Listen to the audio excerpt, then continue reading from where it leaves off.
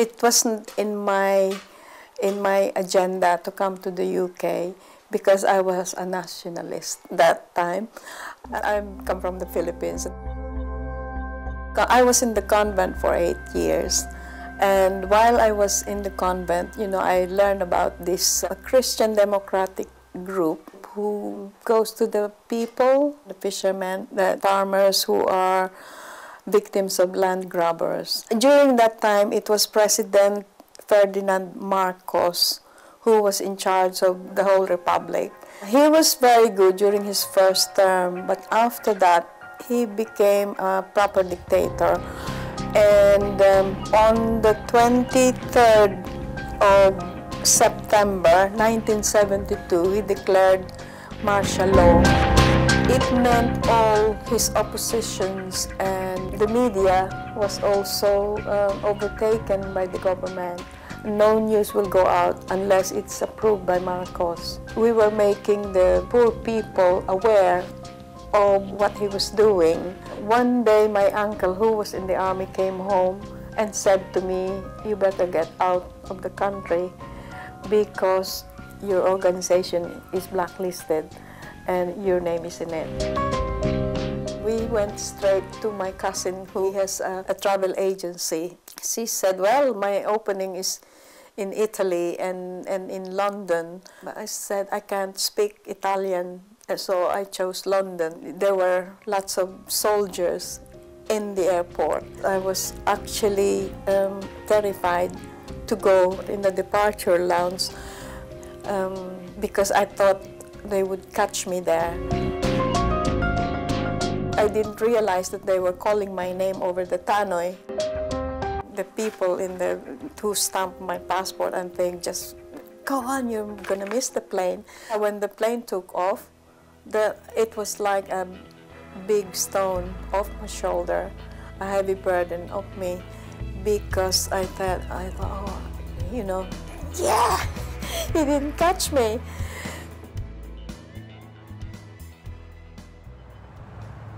But I didn't come here as a political asylum or asylum seeker. I came here as a mother's help. I was a companion to a very rich Jewish lady whose main job was to go shopping. And that was my job, and I got paid for that. I would go to Waterloo Market, do some shopping, and when I come home and show her my shopping, she would pay me for all that. My wages that she would give me every week, "This is your wage," and then get it back again and put it in Abbey National for me. London was a very bubbly country. To me, it was very impersonal. And even the people downstairs where I used to live, we didn't even know them. I applied for a job as a hospital management, in a hospital management course, and they gave it to me, and that's it, you know. I could not go home because I was afraid. 16 years I had to stay in England before I could go home, and I could only go home when Marcos was out of office. My friends, my colleagues in the organization had been caught, and they were punished. They were imprisoned, they served their time, they were tortured, and you know, I was just one of the lucky ones that got away. There was a revolt by the Filipino people. They chased him out of the presidential palace, and that was the end of his career. Actually, I was attracted to an Irishman because he was a very kind, loving person. He was also working in King's College Hospital in the X-ray department. Many of the Filipinos who come here still support their family back home, which some of their English husbands could not understand, because, you know, here, when you have your own family, you focus on your own family. When we got married, it was like an international wedding reception because all kinds of nationalities were there. And he is a very supportive husband. He is the one who wants me to help my people. We went on a honeymoon to Land's End and Penzance, and this was the first time we went to the West Country. And we intended to go to Taunton, and we missed the turning, so the next town was Bridgewater. So we went to Bridgewater. We saw the layout of Bridgewater. There was a little bridge there and a hospital there. Of course, hospital is a great attraction to me because I was working in hospital. We saw a state agent, and we saw the houses were so cheap. And Michael said, "Cool, look at the prices of the house." That time, it was £7,000 for a 3-bedroom house. And he said, "Well, there you are, you know, do you fancy staying in this town?" I said, "Yeah." So we did. I was pregnant with my daughter. We came down to Bridgewater, and we stayed here, and we live here ever since. As Michael and I are getting into the dawn of our life, we also want to help the people in nursing homes, the old people in the community, to have some kind of armchair travel by showing them cultural and multicultural events.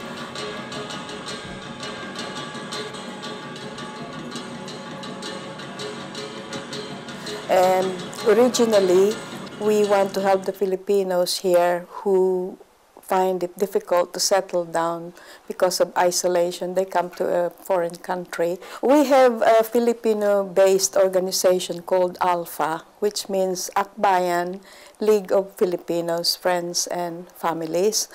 Akbayan is a Filipino term. It's a symbol of friendship, camaraderie, and support. And we also involved different members of the care industry, carers and nurses, to get involved in this. Oh my word, it is very, very satisfying response. I have a lot of feedbacks.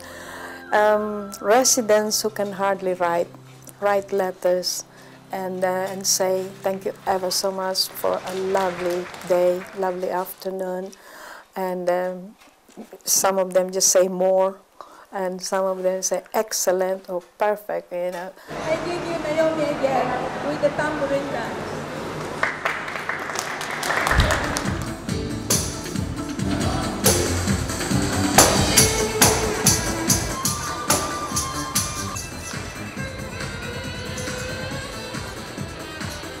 People are generally nice to me, but now and again, you know, I meet some people who still are averse to foreigners, blinking foreigners like me. Is there anybody there who wants to try any of the dances?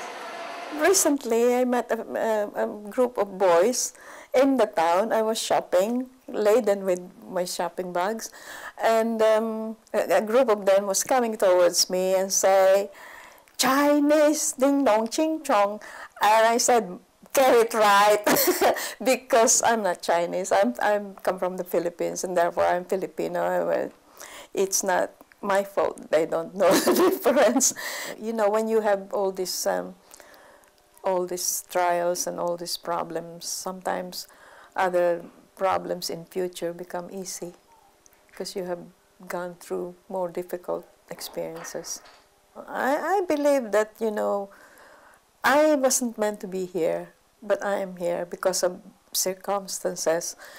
So I believe that when my time comes, I will be where I am supposed to be. This country has been good to me, in total.